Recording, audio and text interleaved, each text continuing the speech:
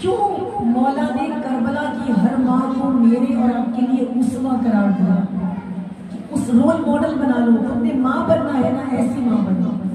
تم نے بچوں کی تربیت کرنی ہے، ایسی تربیت کرو. آپ کچھ نہ سوچیں، آپ یہ سوچیں ایک یتیم ہے جناب قاسم، بہت بچپن میں مولا حسن کی شہادت ہو گئی ہے.